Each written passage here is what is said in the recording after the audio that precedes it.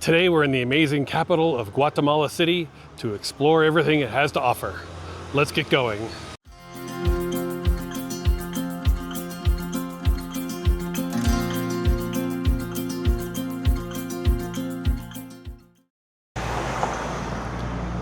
Good morning from here in Guatemala City. I arrived yesterday afternoon, got checked into my place where I'm staying at here. It's an Airbnb here, which I will show you later.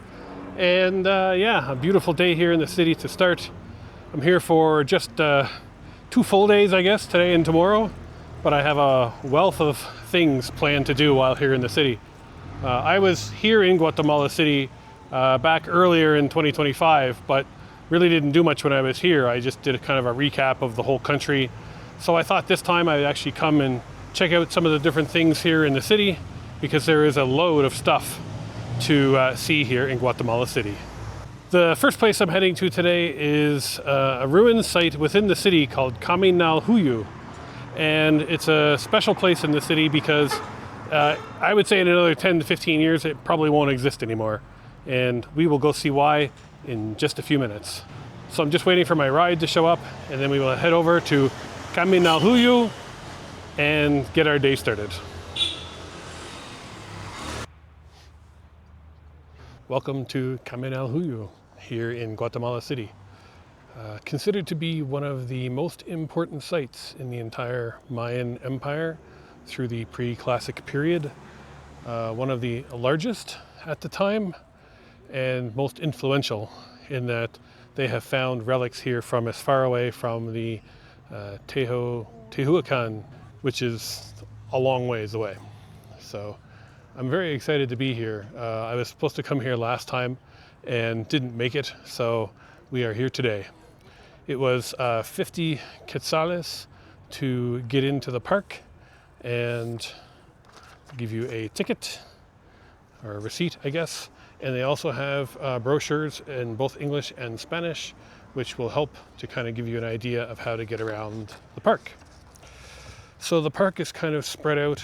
It is about a half kilometer in size now, which is about 5% of the city's original size at its height. So a few things to mention about this site before we kind of get started on the tour. This site was inhabited for almost 2,700 years consecutively, starting around 1500 BC and lasted until about 1200 AD. It is slightly different in some ways from some of the other important Mayan sites, in that this place was primarily composed of adobe rather than using stone, which is found in some of the more northern areas. The name of the city, Kaminaljuyu, is a Quiche Mayan word, which translates roughly to Mountain of the Dead. It is originally believed that this site had over 200 different mounds, temples, buildings, and so forth. There are only 33 that are remaining here on the site today. And I mentioned at the start that this is a place that is in somewhat grave danger. Because of urban development in the area, it has swallowed up about 90% of the original city size. It's now a protected site, but continuing with development on the outskirts here, it continues to chip away at the outside edges of what was once this grand city. During its heyday, so from 800 BC until about 900 AD, this place flourished with tens of thousands of people living here. It also had a large number of technological advancements, such as water irrigation. They had developed a system of water canals to help move the water around the city, which, as we've talked about in some other videos, was a pretty big problem in some of the other Mayan places. Tikal and others that were, up in the forests, often had difficulty with water. And this place developed its own system to ensure that that would never happen here as well. So I thought the first step here, since we're directly in front of it, is to take a walk into the museum. They have a stela replica planted out front here.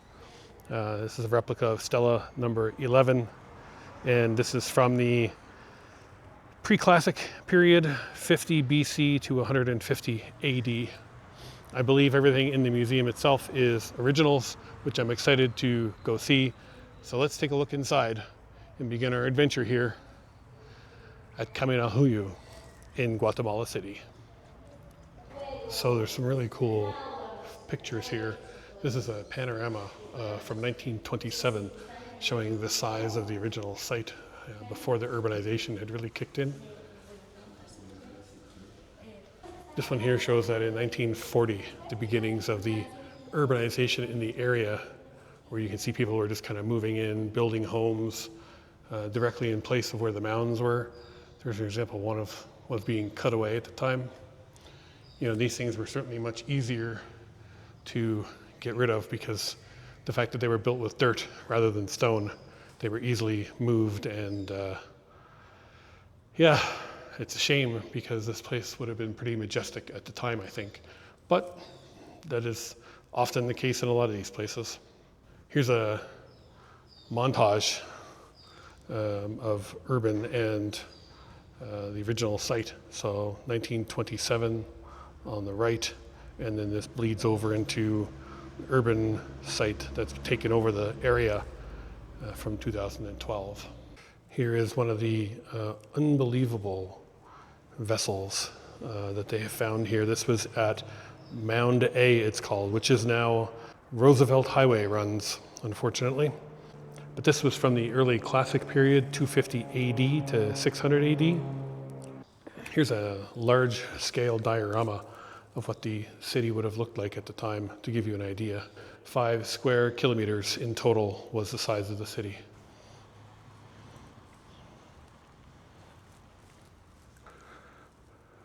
One thing worth mentioning too is as I'm walking through here, all the signs and stuff are both in English and Spanish, so that's very helpful if you're here to have a look around. There's an example here of how deep they've had to go down to find some of the artifacts. I'm going to try and zoom in a little bit. So there's a model of a person standing there, an archaeologist. And this sign on the wall here kind of shows you how far down they've had to go. I would say that's probably 2 to 3 meters deep to get down to the pre-classic period, which was 1500 BC to 250 AD, just to give you an idea of how long this place existed for. Some more incredible examples of some of the burial offerings that were found here. These were found in mounds A and B, again where the main road, Roosevelt Road, runs today, but amazing quality. And just this one here actually specifically mentions that it's similar to examples that were found in Teotihuacan in Mexico. This was a effigy that actually had a whistle built into it, so you could blow into the top piece here and it would actually produce a sound out of the front.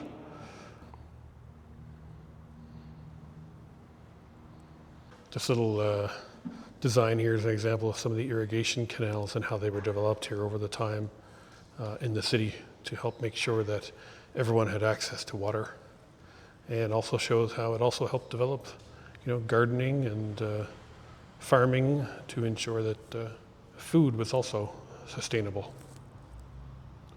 This little museum is really cool, so make sure when you're here, come in and have a look at it first, because it kind of gives you a nice idea of what to expect as we go forward.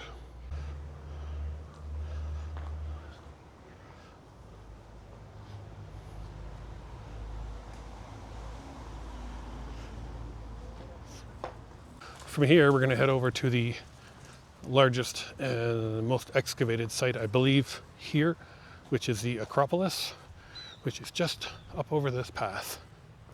But even just standing here looking around, like, you really get a sense of the buildings and structures that would have been here. All these hills and mounds and stuff all would have been different structures at the time. Everything's very well marked here too, so it's very easy to kind of follow these paths. You know, there's different buildings over this way, and straight ahead of us is the Acropolis. So just before we go inside, here is a painting of what it would have looked like back in the day. They're saying that this was probably around 1500 years ago in its current state. But like most things with the Maya, they would have replaced or covered over even older buildings and built new stuff on top of them. So they said that evidence points to things being here as far back as 2,000 plus years ago. I don't think I have words for what I'm standing in front of, because this is kind of amazing. There's a tour happening on the other side. So this is the original structure of the Acropolis that stood here 1,500 plus years ago. You can see, part of the original steps here. There are tunnels that go off in different directions through it. But you can definitely see some of the original designs that were in place here. And to give you some perspective, I'm standing here at what's considered sort of ground level at the moment, but this stuff goes down 10 meters or more. So it just goes to show you how much time and history has been covered over here. But just unbelievable. Buildings on top of buildings. You can definitely see down here some of these older structures that were then put on top of later on. But this would have definitely been a much older structure down here where this tunnelway goes through. And then this place would have been built on top of it. So just, yeah, unbelievable. Again here, sort of the same thing. This comes up to a point where I would say 4 or 5 stairs from the top was actually buried, and then a new building placed on top to continue up to this newer, higher structure up here. One of the other things that's hard to see from here where I'm standing, but there's a sign for it there in front of me, was Juego de Pelota. So there was actually a pelota court here in the Acropolis. And I believe that they've said they have found something like 15 or 20 different pelota courts here in the city. And some of the information that I read basically said that they think that this was a sign that this center was used for a lot of decision making, we'll say. Often,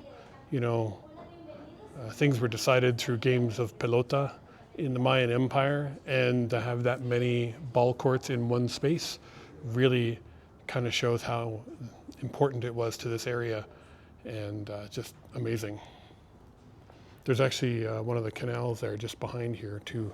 You can see it sort of running. So there's one building here, there would have been another building here, and then straight through the center there is actually one of the original water canals that were dug.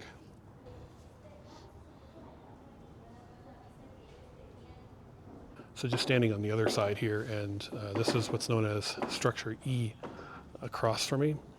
And its significance is really interesting because this was actually one that they've cut into at multiple levels to kind of show you how it's been filled in over the years.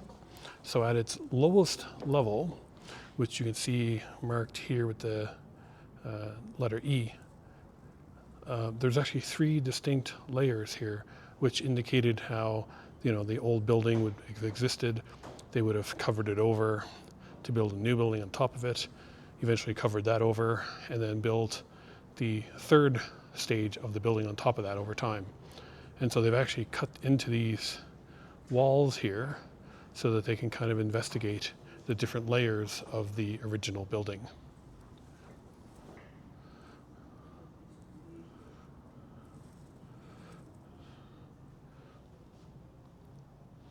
And the layers continued, of course, here too. So you can see here's another one example of more steps. And I mean, we're almost at ground level. Like there's the dirt. Current ground level's up here. And then this goes all the way down, like I said, at least 10 meters, I would say. Pretty incredible spot. And again, to imagine that this is just, this is just one or a few buildings of what would have been hundreds originally.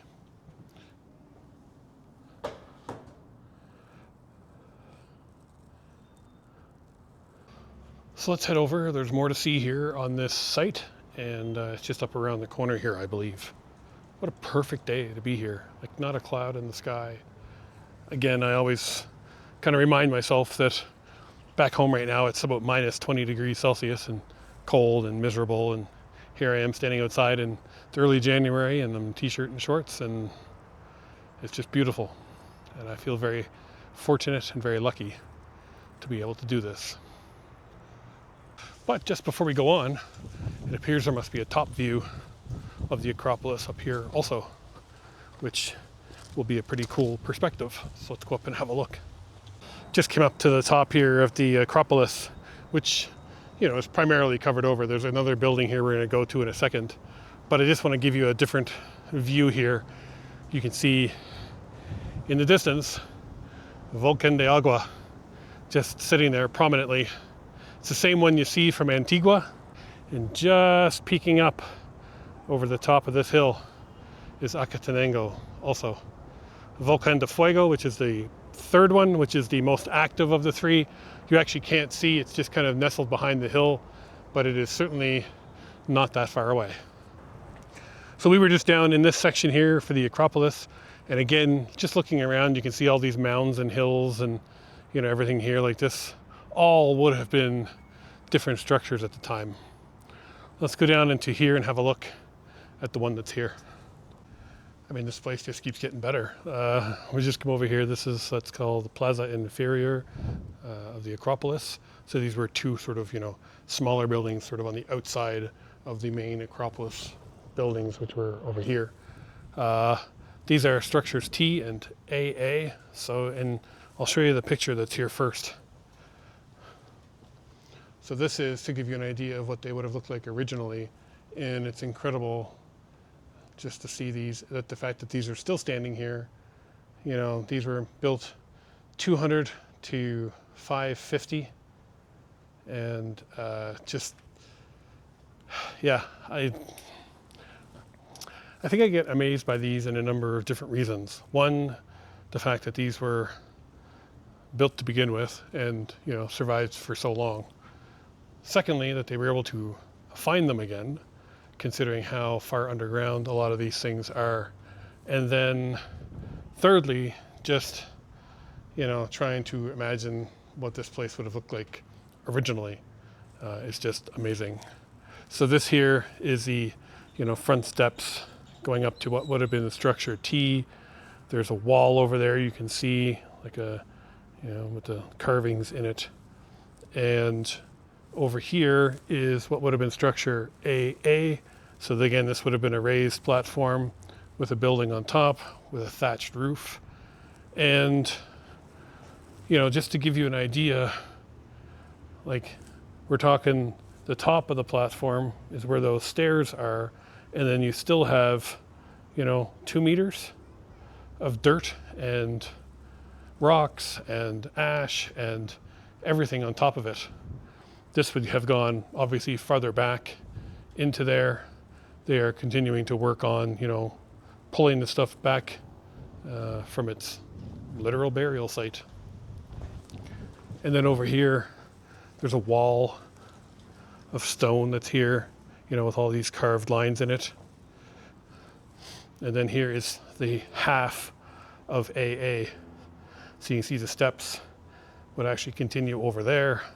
This is sort of the left half of the building with these nice carved reliefs. The entrance here, building going back there. Just incredible work that they're doing here. Meticulous and so slow, I can imagine, to try and pull this stuff back out. And as we've seen in other places, it's no different here. You know, all these places, they were not just mud buildings. These were intricately decorated and detailed. You know, like these outlines on the front here, this rectangular shaped relief would have been fully covered in like a bright red pigment to really make it stand out. And then here's another building where you can see the entryway there, the front steps, another part of the Acropolis. Let's take a walk up around. There's some more on this side. This was just a little extra from the Acropolis itself. So I'm curious to see what the other spots look like. So let's head over there now. So this is what's known as Mound C-2-3. And it was a very standard sort of design that was found here in the city. This one has not been excavated. It is still fully covered with trees and stuff. But the image on the board there gives you an idea of what this would have looked like originally. I'm going to take a walk around the other side just to make sure there's none of it exposed. But yeah, this is kind of neat because it sort of shows you, how much dirt and earth covers over the original temple building here. This side also gives you a really good example of just how close the city has come to encroaching on this park. There's one of the main thoroughfares right here in the city.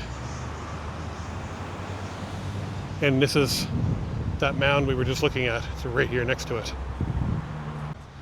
I've just come around the back side here just to have a quick look, and as I suspected, it's still fully covered over back here too. But I suppose one of the cool things these days is, with technologies like LIDAR, they don't even necessarily have to completely uncover them now to get an idea of what hides beneath. They can use LIDAR to penetrate the soil and look at different structures and have such a good reference of what exists today underneath all this stuff that certainly saves a lot of time. It has been a wonderful technology for finding new sites also. I know that I've seen, up in Mexico and other places, they've been using LIDAR quite a bit, both from in the air and on the ground, to find cities that people didn't even know still existed or ever existed. So it's been a pretty cool technology to really help further advance a lot of this stuff. So I just stopped for a second just to switch out my battery, because the first one I forgot to charge this morning, so it only had about half its life in it. Still better than the GoPro battery though. Going to make 2 more stops here. There's a ceremonial area here near some Ceiba trees. Ceiba trees were very important in Mayan culture. Their branches and their roots represented the 13 steps to heaven and the 9 steps to hell for the roots. So they were considered mystical and very important. And so I thought that we'll go over and have a look at some of that. And then there's one more structure here to go look at that also has the sort of Lookoff viewpoint for the area also. And surprisingly not very busy. I mean, I'm here on a Thursday midday sort of thing, so maybe that's why, but I've only ever seen probably like 10 or 15 other people here.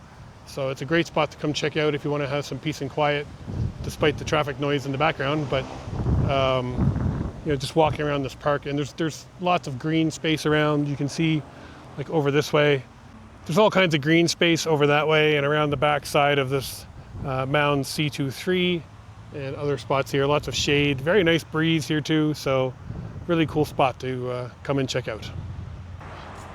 So here's a couple examples. They got these massive trees here, and then they had these ceremonial areas underneath the trees to kind of help, represent offerings to the gods.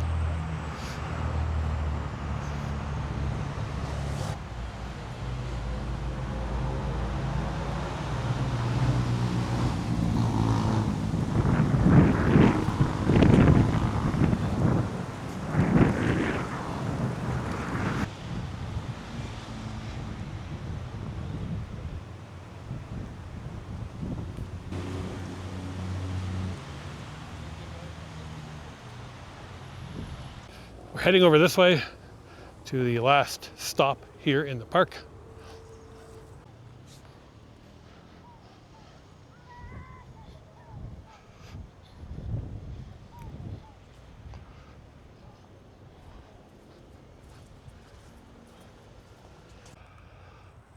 So the last structure that I wanted to have a look at here, they've actually got fenced off at the moment. But this was the Palangana. And the Palangana is basically, it was two separate plazas.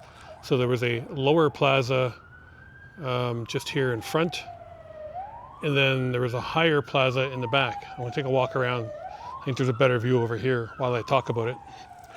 And this was built around 500 AD. It consisted of several modifications over 100 years or so of different types, and ultimately is believed to have been a structure where a residence for the elites of some sort here at the city would have lived. So they would have had this open platform just right here, and then the main building is just over, would have been to the right. They actually found a burial site in the middle of this also, which is pretty cool, and which further indicated that someone was likely living here at the time.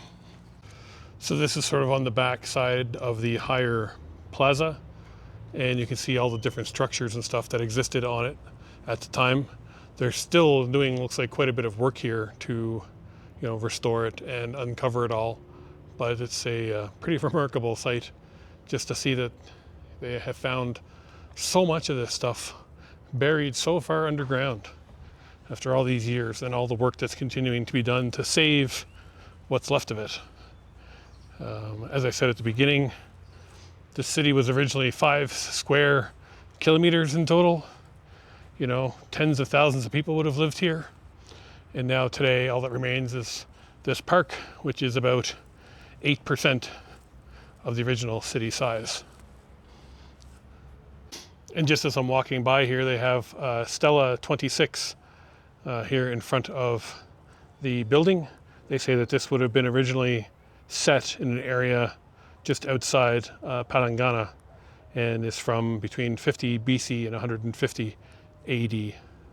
It's pretty worn, but at the bottom, and I'll take a picture with my camera because it probably shows up better, but down at the bottom there you can see that there's definitely still some design that remains today.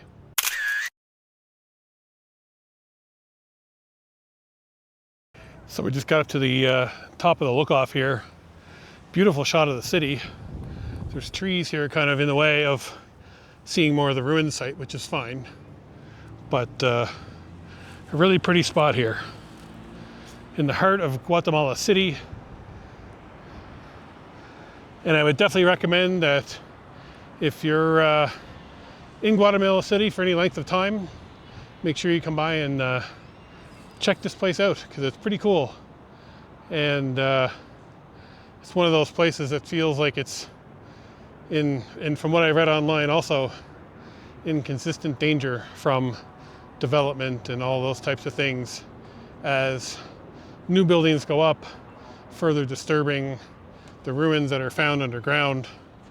And just it's a very cool spot that they're working very hard to try and save for future generations. All right, so this is not my last stop here in Guatemala City for today. I actually have another stop or two planned depending on how much time I have left. So let's head from here to my next location.